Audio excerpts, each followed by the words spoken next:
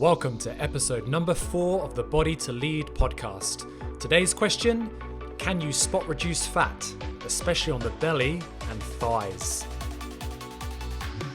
I'm Kyle Hubbard, personal trainer, nutrition coach, and international fitness presenter. And I'm Georgie Hubbard, personal trainer and mindset coach. And we're here to answer all of your biggest fitness and nutrition questions in under 10 minutes. We care about your health and well-being and are prepared to cut through the noise to help you find the answers. Having worked with thousands of clients, we've seen and heard it all. So if you're ready to take back control and know what it takes to get fit and healthy, then this is the podcast for you. Hello and welcome to another episode of The Body to Lead with myself, Georgie Hubbard. And me, Kyle Hubbard. We are aiming to answer all of your health and fitness questions in under 10 minutes. So today's question is, can I spot reduced fat on my belly and thighs? This is a really common question, and one that Kyle and I both got from when we were personal training and coaching people. The short answer is unfortunately no. You can't just do a 10,000 sit-ups and get a six-pack. It doesn't unfortunately work like that, or do 100 squats and suddenly get really toned thighs. It is a bit more of a process than that. Yeah, it is, I think like Georgie said, it is a very popular question. And look, I get it because, I think I can speak for myself that I do hold, a little bit of belly fat. That's unfortunately or fortunately one of the last places that goes for me when I'm trying to lean down. Can I also jump in here and say that I think the fitness industry has painted this ideal picture, especially for women and for men, but I'll speak for women, that in order to be super fit and look the picture of health, you need to have six-pack abs, and it is not achievable for most people. In fact, women, we're not actually supposed to have six packs. You have to be below a certain percentage of body fat, which if you do drop below that percentage of body fat, you end up losing your periods. And, a lot more health issues come from that. I can speak from a little bit of experience here. I at one point did compete and I got down below, I think it was 12% body fat, and yes, you could see my abs, but I was absolutely friggin' starving. And I was like, woohoo, hangry. Carl was like, you don't want to be around me, and I was friggin' miserable. So do you know what? I would much rather have, just be healthy than be worried about getting a friggin' six-pack. There is more to life, ladies. So I just want to jump in and say that, but it is a common question. And men, to be honest, it's. I think you're so right. The whole body dysmorphia thing, and what you paint picture of what is health. We see on the front of magazines six packs, and look, amazing that these people can achieve that level of. They've had incredible makeup artists. They've been airbrushed, and probably taken that picture hundreds of times to get the angle, to get the lighting. So they've been on a deficit for a week. They've water depleted. Yeah, they've done everything to get that one photo and one shot. Exactly. So that's not life. No, it's not life. No. And but that being said, sometimes we do need to lose belly fat. Yeah. Because we can actually have too much belly fat. Correct. And we might have too much fat just naturally in our bodies. So what I guess, Georgie, would be if I did have too much fat on my body, what would be one of the steps that you would take to help me do that? Yeah. So you want to lose fat overall, and unfortunately we can't say I want to lose fat from here but not here. Maybe you want to lose belly fat but you want to keep your boobs or your butt. Well, unfortunately, you are gonna, if you lose weight, you can't pick where you're gonna lose that weight from. But let's say you do want to lose weight. Well, the first thing that I would do is I would obviously look at my diet and aim to be in a calorie deficit. So that's number one, and we can go more into that in other episodes. But one of the things that I did when I was really trying to lean down for my competition was I started every morning with a fasted steady state walk, which basically means I woke up first thing, I had a black coffee, no food, and I went for a 20 to 30 minute brisk walk.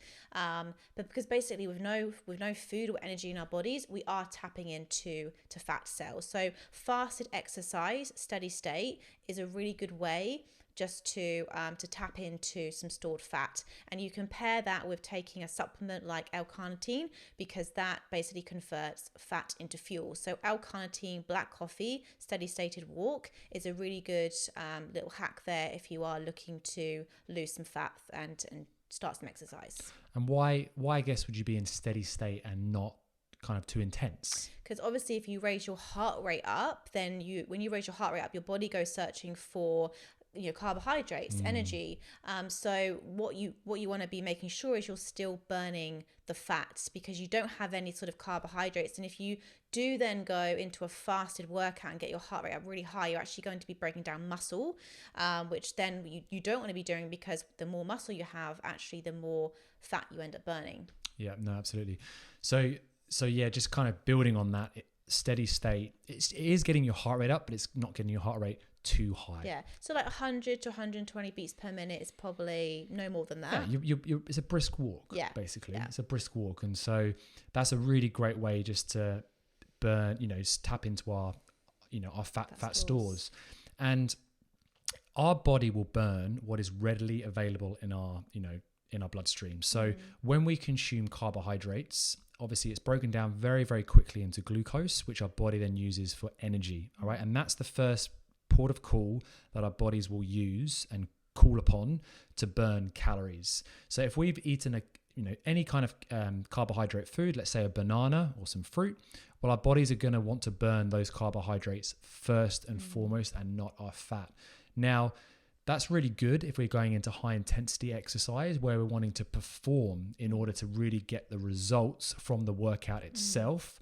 But if the primary focus is to burn fat in a steady state way, as we just discussed, then fasted is a great way to do that. And obviously, if you've woken up in the morning, you've obviously had that overnight fast. Okay, so that's absolutely the prime time to do it if you can do it first thing in the morning, because your body's naturally fasted.